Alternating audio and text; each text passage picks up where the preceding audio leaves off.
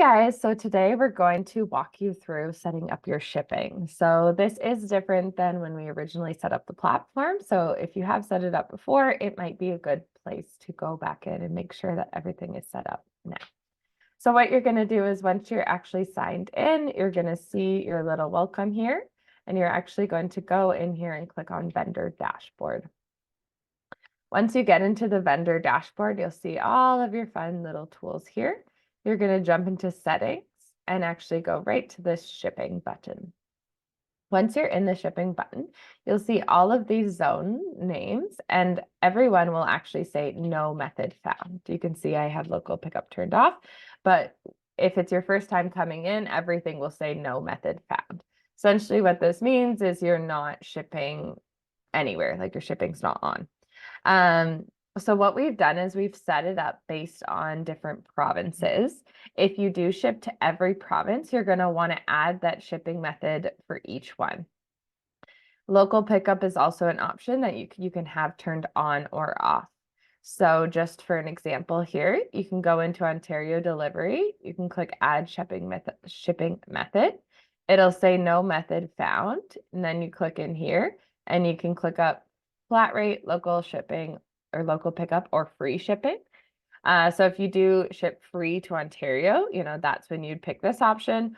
Local pickup, to be honest, we've sort of set it up to be the other setting. So if you do have local pickup, you'd probably just want to go based on there, but maybe it's local pickup in Ontario, but you do ship to BC. So, explore that one.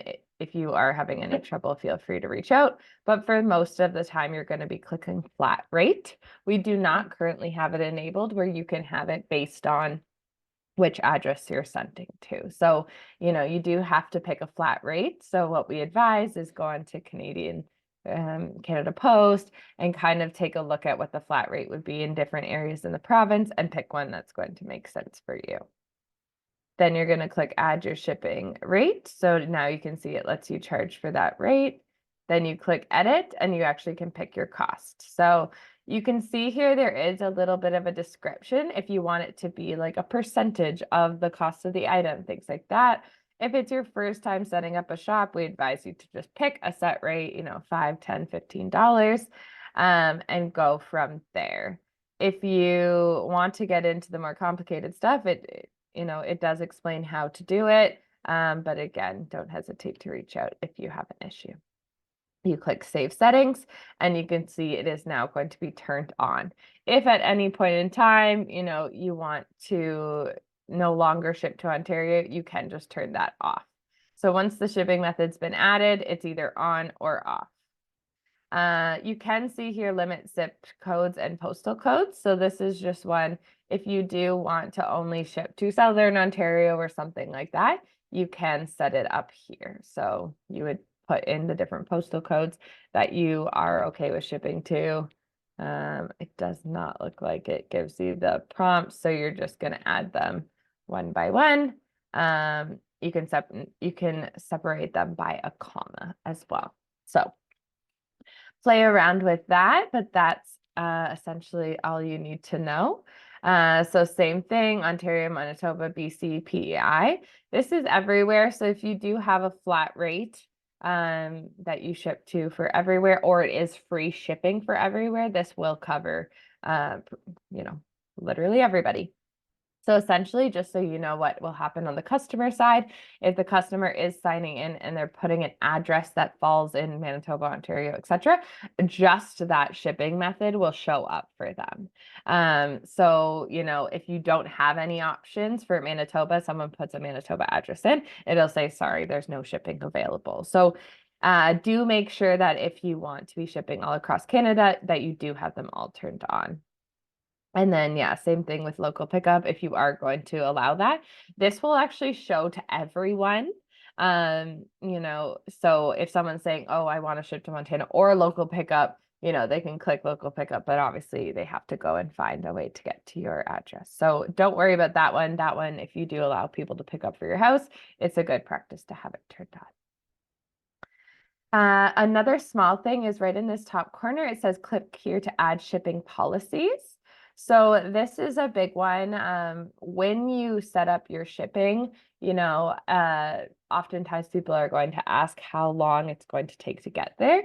So what you want to do is include your processing time. So if you're making something custom, is it 1 to 2 weeks, 2 to 3 weeks, even 6 to 8 weeks? There's lots of small businesses here. We don't really, we don't mind how long it takes you to customize your products. The big thing we want to know is that there's transparency with the customer. So they're not coming to us or yourself wondering when this is going to happen. So that's when you want to do. If you ever click on these little question marks, they will give you the information. This is also where you're going to write your shipping policy and your refund policy. So this is completely up to you. Local Street, we do have our terms and conditions where we outline different expectations of the vendor, but this is strictly for your store. If you're selling something, what is your refund policy? So do make sure that you add everything in there.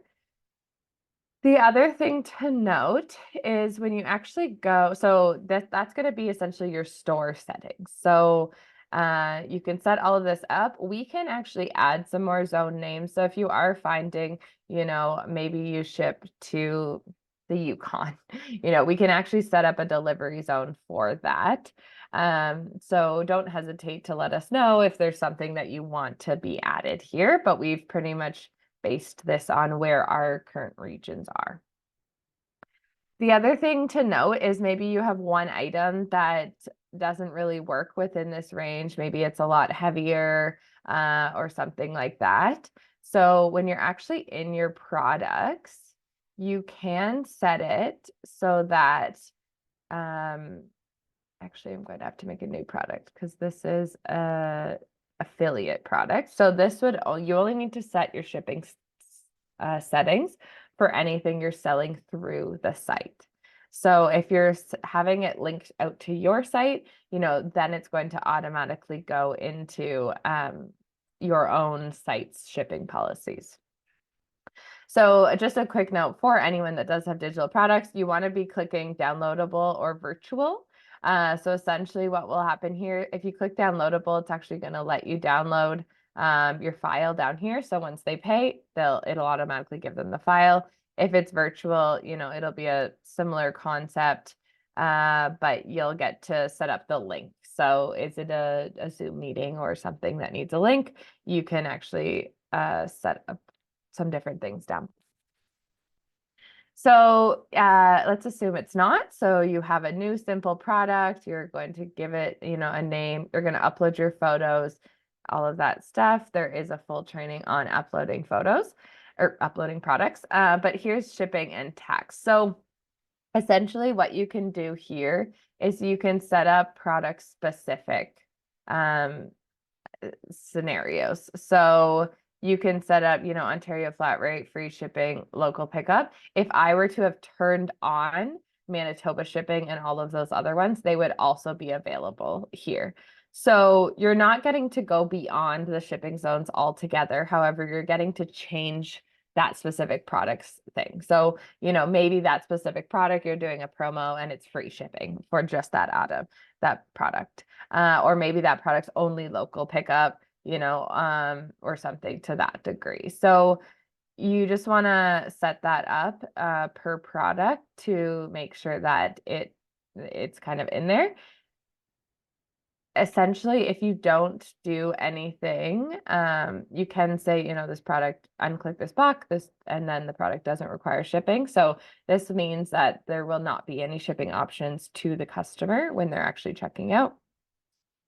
But assuming there is, then you'd want to set this up. If you don't set anything up, it should show all of the options to your customers. So that should be good. Yeah, I think that's pretty much all you need to know about shipping. If you do have any questions, don't hesitate to reach out.